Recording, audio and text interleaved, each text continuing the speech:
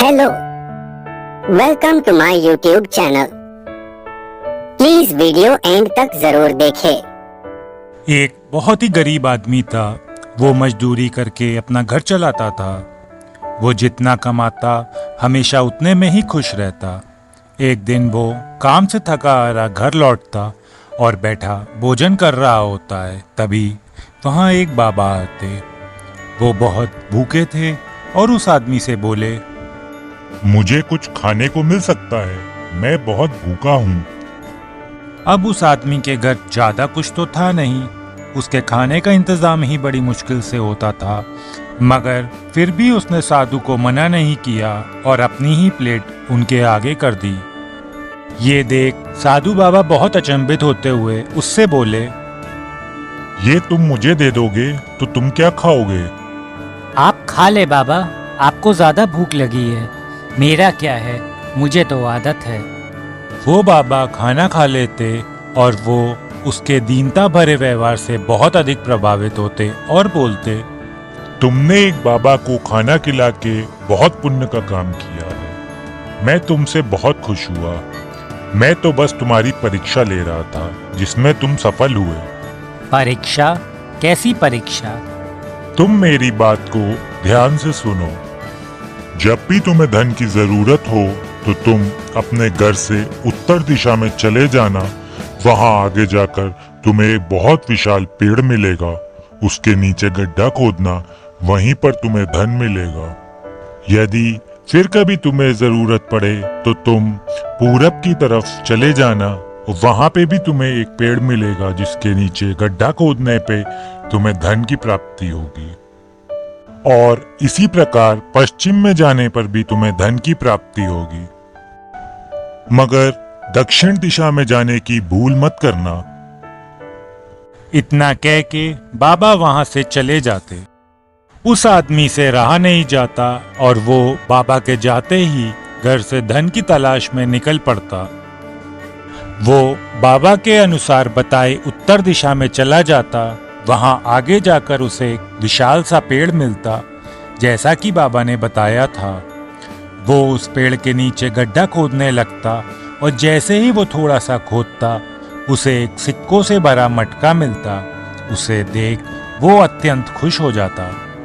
वो धन देखकर सोचने लगता कि बाबा ने पूरब दिशा में भी धन की प्राप्ति बताई थी, क्यों ना मैं उसे भी निकाल लूं, फिर एक साथ दोनों को ले जाऊंगा।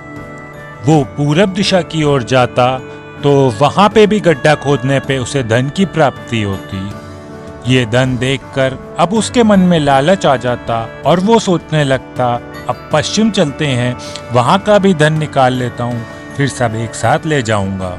वो पश्चिम की ओर चल पड़ता। वहां से भी उसको वैसे ही धन की प्राप्ति होती। वो अब वहां से धन उठाने लगता है और तभी उसके मन में विचार आता है, बाबा ने मुझे दक्षिण दिशा में जाने से क्यों रोका है? ऐसा क्या है वहाँ? कहीं ऐसा तो नहीं वहाँ सबसे अधिक धन हो तभी वो बाबा मुझे मना कर रहे हो? अब वो सारा धन वहीं छोड़कर दक्षिण दिशा में चल देता है और कुछ दूर जाके वो क्या देखता है कि एक विशाल सा किला है। वो उसके अंदर जाता तो देखता उसके अंदर सारे कमरे सोने से भरे हैं, मगर सब कमरे बंद थे। वो रास्ते की तलाश में आगे जाता तो देखता एक आदमी चक्की चला रहा है। वो उससे रास्ता पूछता तो वो कहता, मुझे पता है उस सोने के कमरों तक कैसे पहुंचना है। ये सुन के वो बहुत खुश होता। वो बेसब्री से उससे पूछता, जल्दी बताओ, जल्दी बताओ। तब वो बूढ़ा आदमी बोलता, पहले तुम मेरी मदद करो तभी मैं बताऊंगा। क्या करना होगा मुझे? तुम मेरी चक्की चलाने में मदद करो, मैं तुम्हें सब बताता हूँ। वो फौरन चक्की चलाने पहुंच जाता। जैसे ही चक्की अपने हाथ में लेता वो बुढ़ा आदमी बहुत खुश होता और उसका धन्यवाद करता। उसे कुछ समझ नहीं आता। तभी वो आदमी उसे बताता, तुम्हें भी बाबा ने यहाँ आने से मना किया था ना? हाँ, पर आपको कैसे पता? क्योंकि मैं भी तुम्हारी तरह धन के लालच में आकर 3 सुनहरे मौके गवा के यहाँ आ गया और सालों से चक्की चला रहा हूँ। और अब तुम चलाओगे।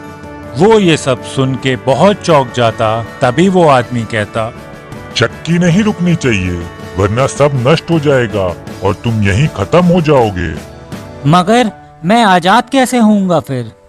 जब मेरी और तुम्हारी तरह धन का लालची फिर से आएगा, तब तुम भी मेरी तरह आजाद हो जाओगे। जिंदगी हमें एक मौका देती है, मगर हम लोग लालच में आकर उसे गवा देते हैं और बाद में पछताते हैं। इसीलिए हमें लालच नहीं करना चाहिए और जो मिले उसी में खुश रहना चाहिए। Thank you for watching. Please like, share and subscribe. Video कैसी लगी कमेंट करके जरूर बताएं।